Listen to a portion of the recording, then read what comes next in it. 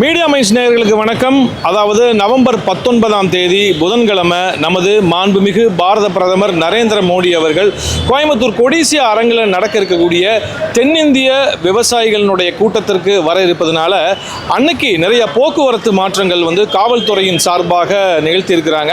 அது எப்படி அப்படின்னு சொல்லி பார்த்தோம் அப்படின்னா, கனரக வாகனங்கள் மற்றும் பேருந்துகள் இதெல்லாமே சேலம் ஈரோடு பகுதிகளிலிருந்து சிட்டிக்குள்ளே வரும் பொழுது எல்என்டி பைபாஸ், அதாவது நீலாம்பூர்லேருந்து கட் பண்ணி அப்படியே சிந்தாமணிப்புதூர் சிங்கநல்லூர் வழியா நகருக்கு உள்ள வரலாம் அப்படிங்கிற ஒரு அறிவுறுத்தல் சொல்லியிருக்கிறாங்க. அதனை தொடர்ந்து கோயம்புத்தூரிலிருந்து ஈரோடு, சேலம் மற்றும் புறநகர் பகுதிகளுக்கு போகக்கூடிய இலகு ரக வாகனங்கள் மற்றும் பேருந்துகள் எல்லாமே டைட்டல் பார்க்கிலிருந்து யூ டர்ன் போட்டு அப்படியே அந்த காமராஜர் சாலை வழியா சிங்கநல்லூர் போய் அங்கிருந்து ஒண்டிப்புதூர் வழியாக எல்என்டி பைபாஸை அடைந்து கொள்ளலாம் அப்படிங்கிற ஒரு அறிவுறுத்தலும் சொல்லியிருக்கிறாங்க.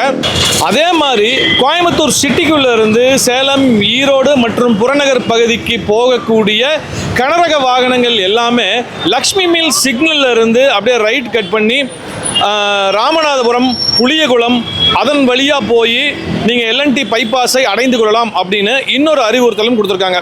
இன்னொரு முக்கியமான ஒரு விஷயம், நம்ம கோயம்புத்தூர் ஏர்போர்ட் பக்கத்தில் இருக்கக்கூடிய அந்த பகுதிகளில் வாகனங்கள், அதாவது 2 சக்கர வாகனங்கள், 4 சக்கர வாகனங்கள் நிறுத்துவதற்கு தடை செய்யப்பட்டிருக்கு. ஸோ அந்த பகுதியில் ஏதாவது வாகனங்கள் நிறுத்தப்பட்டிருந்தால் கண்டிப்பாக அந்த வாகனங்கள் அப்புறப்படுத்துவது மட்டும் இல்லாமல் அந்த வாகனத்தின் மீது அபராதம் விதித்து நடவடிக்கை எடுக்கப்படும் அப்படிங்கிறத சொல்லியிருக்காங்க.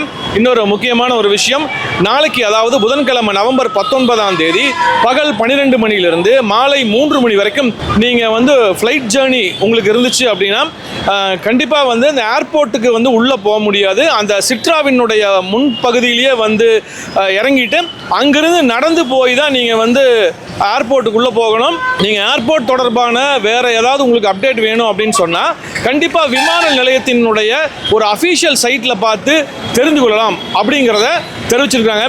எனவே இந்த மாதிரி ஒரு டைரக்ஷனில் எல்லாம் நம்ம கோவை மக்களும் புறநகர் பகுதியை சார்ந்த மக்களும் நீங்கள் ஃபாலோ பண்ணி நாளைக்கு இந்த மாதிரி டிராஃபிக் ஜாமில், அதாவது சிக்கல்கள்ல இருந்து நீங்கள் விடுபடுறதற்கு இந்த இன்ஸ்ட்ரக்ஷன்ஸ் எல்லாம் ஃபாலோ பண்ணுறது அப்படிங்கிறது ஒரு நலமான ஒன்று.